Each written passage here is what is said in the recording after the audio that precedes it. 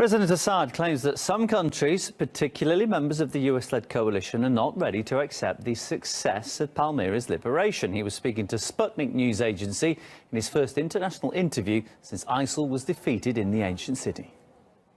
It's been 2 days since Palmyra was liberated, but a number of countries, some involved in fights against terror and who are members of the US-led coalition, haven't made their assessment. I want to be clear. I'm talking about regimes in France and the UK. They haven't made any comment yet. There are reasons for that. Firstly, the occupation of Palmyra by terrorists a year ago became evidence of the coalition's failure and a lack of seriousness in fighting terrorists, especially ISIL. The liberation of Palmyra took place with Russia's help. It's another factor that shows the lack of seriousness on behalf of Western countries.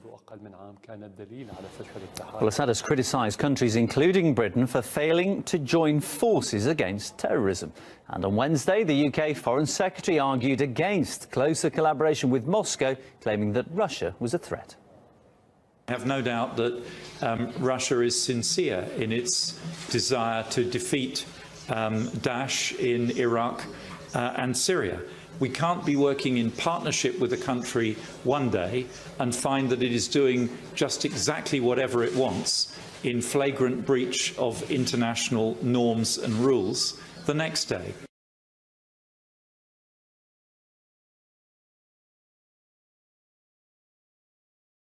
The U.S., though, is about to test the resolve of China over its expansion of artificial islands in the South China Sea. The fact that we know this tonight is causing a great deal of anxiety at the Pentagon. And that's not all they're worried about. National Security Correspondent Jennifer Griffin has that story tonight.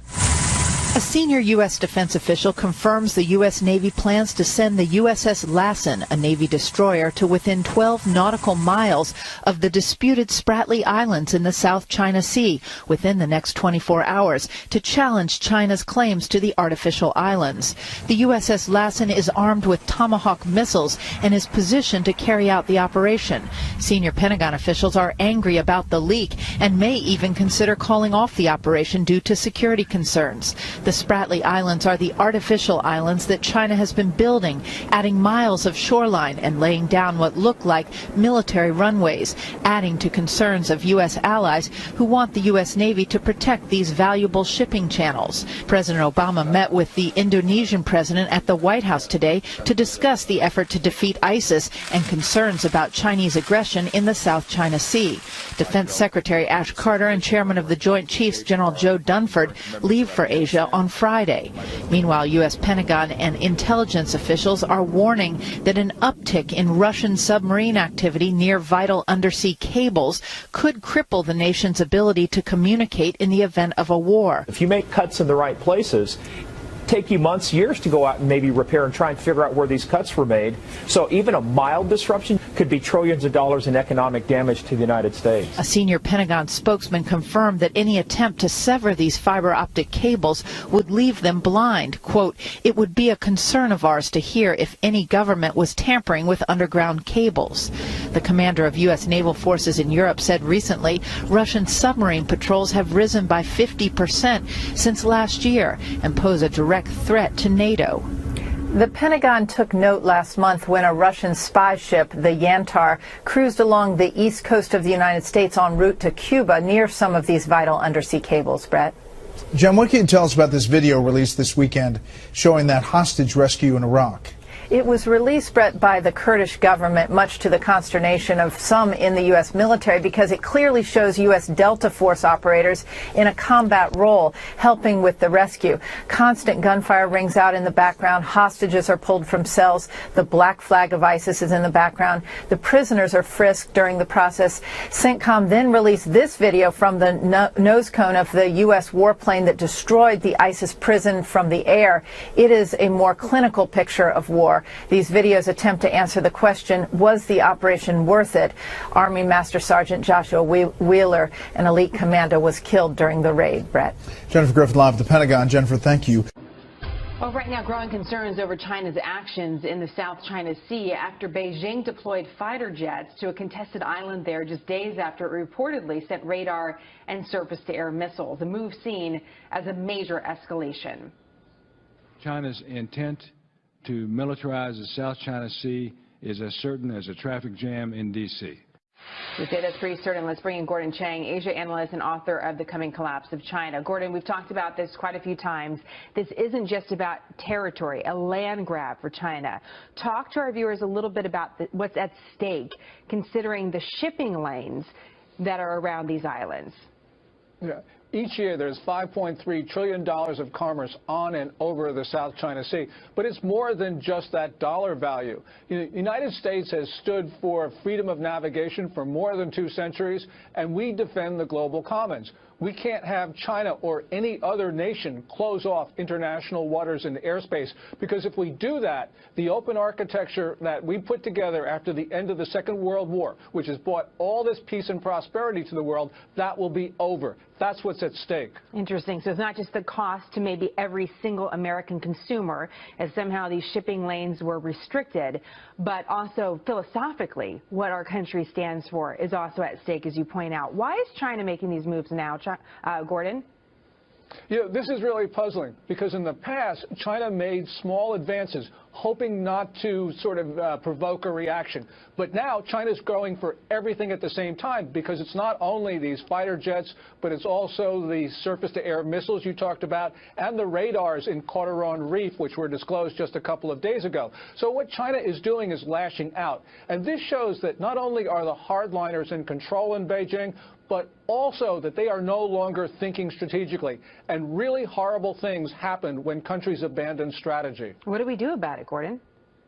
Well, there are a number of things. First of all, we got to work with our partners in the region, which includes almost every country, to have joint patrols in the South China Sea. We need to contain China, but also we need to end these military-to-military exchanges we have with the Chinese Navy, especially, because this is the last time that we need to be showing friendship to the Chinese. We have to start imposing some costs, and those costs may have to be economic as well, because the Chinese economy right now is in severe distress, so we can push the Chinese back, but only if we use the leverage that we have in our control. So here's what China says. This is the foreign ministry spokeswoman saying this just this week.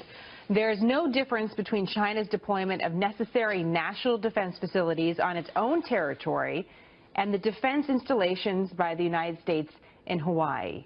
What do you think of that reasoning? That reasoning is really wrong. First of all, there is no territorial dispute to Hawaii.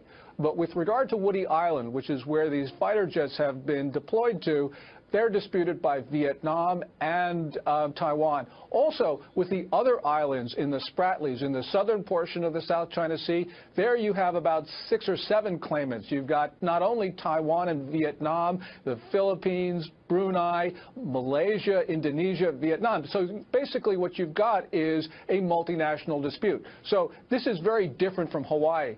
You know, no one's talking about a dispute over Kansas, and that's really what China is trying to say, that this is just like Kansas. But now that we've seen China make these moves and we've watched them build up these islands over the last several years, we've got this great reporting from our Pentagon team about the surface-to-air missiles going in, now fighter jets. Are we past the point of no return, Gordon? Is there the thinking that China all of a sudden is going to say, okay, you're right, we're going to collect all our gear and we'll bring it back to Beijing? Or are we in a totally different scenario now that really gives us one path forward, and that is China maintaining control of these islands? Yeah, I think in many ways we've passed the point of no return, because, first of all, Xi Jinping, the Chinese ruler, is very much a nationalist. He's very arrogant. He believes in Maoist foreign policy. But even worse, we have the military now becoming much more powerful in the Chinese political system.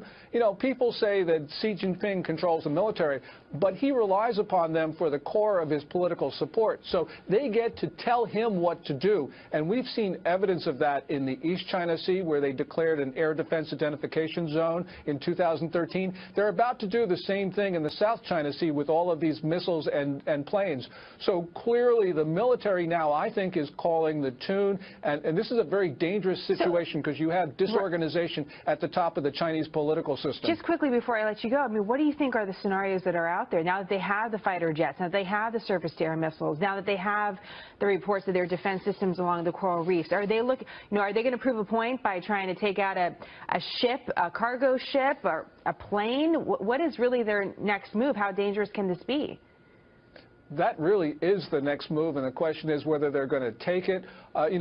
This is a situation where China is militarizing, despite the pledges it gave to Secretary Kerry just last month, and despite the pledges of Xi Jinping giving to Obama in September. So, you cannot rule out any horrible scenario, because that's very well where this could be going. It's scary to think about, but we have to consider all possibilities because we are in kind of this new space with this specific part of the world. Gordon, great to have your expertise as always. Thank you so much.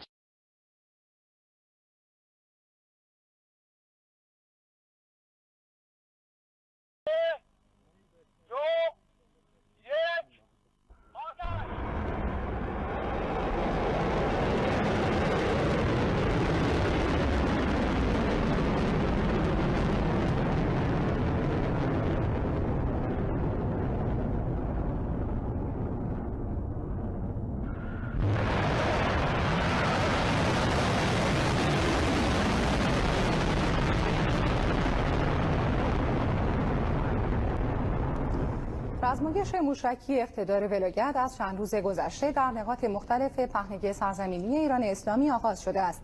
مرحله نهایی این رزمایش بامداد دیروز سه‌شنبه با شلیک موشک